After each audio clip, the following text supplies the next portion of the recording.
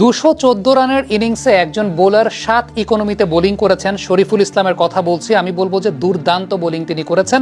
বিশেষ করে পাওয়ার প্লেতেই শরীফুলকে 3 over bowling করানো হয়েছিল। সেই 3 ওভারে পাওয়ার প্লেতে তিনি মাত্র 20 রান দিয়েছেন, যেইখানে প্রতিপক্ষ পাওয়ার প্লের 6 ওভারে 60 রানের উপরে তুলেছিল। একটু চিন্তা করে দেখেন, প্রতিপক্ষ যখন 6 ওভারে 60 রানের উপরে তুলেছে, শরীফুল ইসলাম সেই জায়গাটায় প্রথম 3 ওভারে 20 রান দিয়েছেন পাওয়ার প্লেতে। তার মানে বলতে হচ্ছে, ক্রেডিটটা তাকে দিতে হচ্ছে যে তিনি বেশ ভালো বোলিং করেছেন। ডেথ ওভারে অর্থাৎ 19তম ওভারে এসে তিনি 11 রান কনসিড করেছেন, একটা নো বল দিয়েছেন, 2টা ওয়াইড তিনি কনসিড করেছেন। আমি বলবো ওই নো বল এবং ওয়াইড কনসিড না করলেও ডেথ ওভার্সে তিনি যে বোলিংটা করেছেন ওই একটা ওভারে দুর্দান্ত বোলিং তিনি করেছেন। ইভেন যে বলটাতে তিনি 4 কনসিড করেছেন, আমি বলবো ইট ওয়াজ অ্যাকর্ডিং টু প্ল্যান। হ্যাঁ, batter executed that very well, অর্থাৎ ব্যাটার সেই জায়গাটা এক্সিকিউশনটা বেশ ভালো করেছেন, বাট শরীফুলের প্ল্যানটা বেশ ভালো ছিল। এই অ্যানালাইসিসটা মূলত শরীফুলের ডেথ ওভার্সের বোলিং, অর্থাৎ একটা ওভারই করেছেন ডেথ ওভারে, 19তম ওভারটা সেই ওভারে বোলিংটা দিয়েই শুরু করতে চাই। কারণ শরীফুল কিন্তু is not that much prominent bowling at the death overs. কারণ ডেথ ওভারে শরীফুলকে খুব বেশি আসলে বোলিং করতে দেখাও যায় না বাংলাদেশ ন্যাশনাল টিমে। সেই জায়গাটায় শরীফুল যে ভালো বোলিং করেছেন তাকে সেই অ্যাপ্রিসিয়েশনটা দিতে চাই। প্রথম যে বলটা করেছেন তার আগে আমি মূলত আপনাকে পিচ ম্যাপটা একটু দেখাতে চাই। আপনি যদি পিচ ম্যাপটা লক্ষ্য করে দেখেন, আমি যদি এটাকে স্টাম্পের জোনটা ধরে দেই, তাহলে এটা যদি ওয়াইডের মার্কার বা ওয়াইডের জোনটা হয়, তাহলে আমার যে মার্কারগুলো প্লেস করা খেয়াল করে দেখেন, শরীফুল কিন্তু প্রত্যেকটা বলই করার চেষ্টা করেছেন wide yorker kind of delivery. 8টা বল করেছেন লাস্ট ওভারে, একটা নো বল এবং 2টা ওয়াইড বল হয়েছিল, বাট বাদ বাকি যে বলগুলো শরীফুল এক্সিকিউট করার চেষ্টা করেছেন ওয়াইড ইয়র্কার কিংবা ওয়াইড ফুল টাস, এবং আমার কাছে ব্যক্তিগতভাবে মনে হয় যে শরীফুল খুব ভালো মতো এক্সিকিউট করতে পেরেছেন। হ্যাঁ, প্রথম বলটা 4 কনসিড করেছেন। খেয়াল করে দেখবেন যে এর আগের ওভারগুলোতে যে বিষয়টা হচ্ছিল সেটা হচ্ছে ড্যারেল মিচেল কিন্তু আলটিমেটলি যখন ব্যাটিং করছিলেন সরে আসছিলেন, এই ওয়াইড ইয়র্কার বা ওয়াইড লেন্থের বলগুলোকে বেশ ভালো এক্সিকিউট করছিলেন, স্কুপ করছিলেন। সো আপনি যখন এই টাইপের ব্যাটারকে বোলিং করছেন, আপনার এক্সিকিউশনটা পারফেক্ট হওয়াটা কিন্তু খুব জরুরি, এবং এক্সিকিউশনটা পারফেক্ট না হলে আপনি হয়তো ওভারে 2টা বা 3টা বাউন্ডারি কনসিড করে ফেলতে পারেন। সেই জায়গাটা শরীফুল একটা ভালো বলে প্রথমে বাউন্ডারি কনসিড করেছেন, আফটার দ্যাট কিন্তু কোনো বাউন্ডারি তিনি কনসিড করেন নাই। আপনি খেয়াল করে দেখবেন যে প্রথম যে বলটা করা হয়েছিল ব্যাটসম্যান সরে গিয়ে ultimately wide outside off stump একটা ফুল টস ছিল, সেটাকে বেশ ভালো এক্সট্রা কাভার অঞ্চল দিয়ে বাউন্ডারি আদায় করেছেন। বাট আমি বলবো না যে শরীফুলের বোলিংটা খারাপ হয়েছে, তার বোলিংটা কিন্তু বেশ ভালো হয়েছে।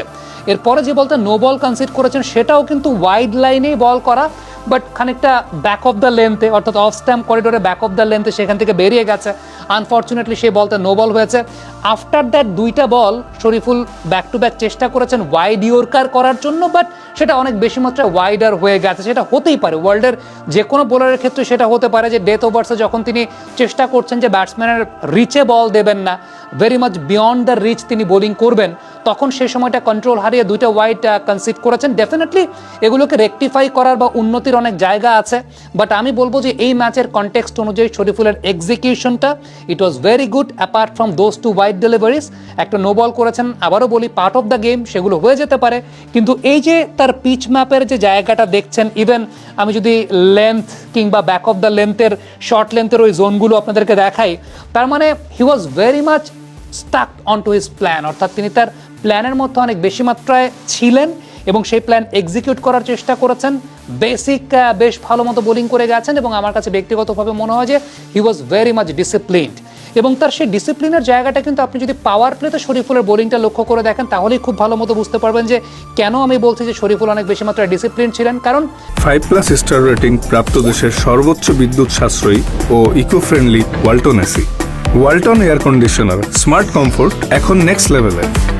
তার ফিল্ড প্লেসমেন্ট যদি চিন্তা করেন, একজন ফিল্ডার ছিলেন behind the square deep third man অঞ্চলে, আরেকজন ফিল্ডার ছিলেন behind the square deep fine leg অঞ্চলে, এবং এই টাইপের অঞ্চলে যখন ফিল্ড প্লেসমেন্টটা থাকবে, definitely you have to pull your length back, মানে আপনি আপনার লেন্থটাকে পেছনের দিকে রাখবেন এবং পেছনের দিকে লেন্থ রেখে সেই অনুযায়ী ডিসিপ্লিন বোলিং করবেন। খেয়াল করে দেখবেন শরীফুল খুব কম মার্জিন অফ ইরর এই টাইপের ফিল্ড সেট আপে, এবং শরীফুল কিন্তু এমন না ওভার পিচ বল করেছেন, ব্যাটসম্যানের হিটিং আর্কে বোলিং করেছেন, ব্যাটসম্যানের হিটিং জোনে বোলিং করেছেন না, back of the length good লেন্থের ওই জায়গাটা সুইট স্পটটা বারবার মেনটেন করেছেন। এবং রিজওয়ানের এগেনস্টে আমি খেয়াল করছিলাম যে বল বের করে নিয়ে যাচ্ছেন, ডিভিয়েশনে রিজওয়ানকে বেঁধে রাখার চেষ্টা করছেন, ডিফেন্সিভ বোলিং করেছেন। আমার কাছে মনে হয় যে তার কাছে টিমের ডাইরেকশনটা কিংবা তার কাছে টিমের চাওয়াটা ওইটাই ছিল যে একটু ডিফেন্সিভ বোলিং করা, ব্যাটসম্যানকে বেঁধে রাখার মতো বোলিং করা, এমন না যে অ্যাটাকিং বোলিং করতে গিয়ে রান কনসিড করা। যে সমস্ত বোলার একটু অ্যাটাকিং হন তারা রান কনসিড করেন। একদিক থেকে যেহেতু রান আসছে, শরীফুলের কাজটা কিন্তু ছিল আরেক দিক থেকে ব্যাটসম্যানকে বেঁধে রাখা, ব্যাটসম্যানকে ওইভাবে রান নিতে না দেওয়া। সো আমার কাছে মনে হয় দুজন ব্যাটসম্যানই শরীফুলকে চেষ্টা করেছেন রান নেয়ার জন্য, বাট পারেন নাই বিকজ অফ হিজ ডিসিপ্লিন। কারণ শরীফুল এমন না ইনিশিয়ালি যখন বোলিং করছিলেন না he was bowling very much wider off the crease, না তেমনটা তিনি করছিলেন না, যেটা তিনি লাস্ট ওভারে করেছেন ওয়েন দ্য সিচুয়েশন ডিমান্ডেড। অর্থাৎ সিচুয়েশনটা যখন ডিমান্ড করেছে তিনি লাস্ট ওভারে ওয়াইড ইয়র্কার বোলিং করার চেষ্টা করেছেন, কিন্তু যখন তিনি প্রথম 3 ওভার বোলিং করেছেন he was very disciplined, middle leg off এই করিডোরটায় বোলিং করে বল বাইরে বের করে নিয়ে যেতে চেয়েছেন, ব্যাটসম্যানকে খুব বেশি চান্স দেন নাই টু ফ্রি দেয়ার আর্মস, সেই ব্যাপারটাও লক্ষণীয়।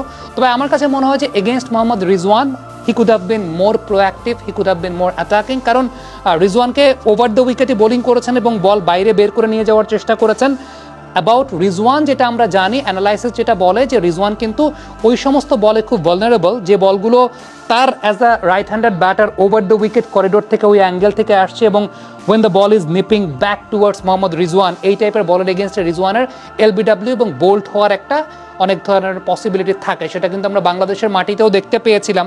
বাংলাদেশের মাটিতে যখন ওয়ানডে সিরিজটা খেলতে এসেছিলেন তখন রিজওয়ান কিন্তু এই টাইপের বল অনেক বেশি মাত্রায় ভালনারেবিলিটি প্রদর্শন করেছেন। সো আমার কাছে এটা ব্যক্তিগতভাবে মনে হয় যে when he was bowling to Mohammad Rizwan he could have been a bit attacking, যেখানে হয়তো বা উইকেট পারচেস করার একটা জায়গা থাকতে পারতো, বাট তারপরও এক একটা টিমের এক এক ধরনের প্ল্যান থাকে।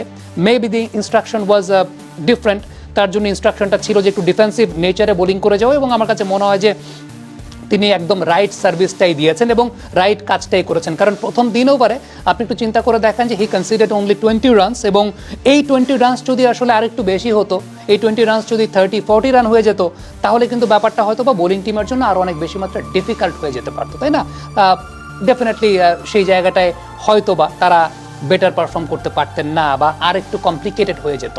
সো আমার কাছে মনে হয় যে শরীফুল উইকেট না পেলেও কোনো দিন এরকম হয় যে কোনো বোলার উইকেট পাননি, উইকেট না পেলেও তাকে অ্যাপ্রিসিয়েশন দেওয়াটা জরুরি।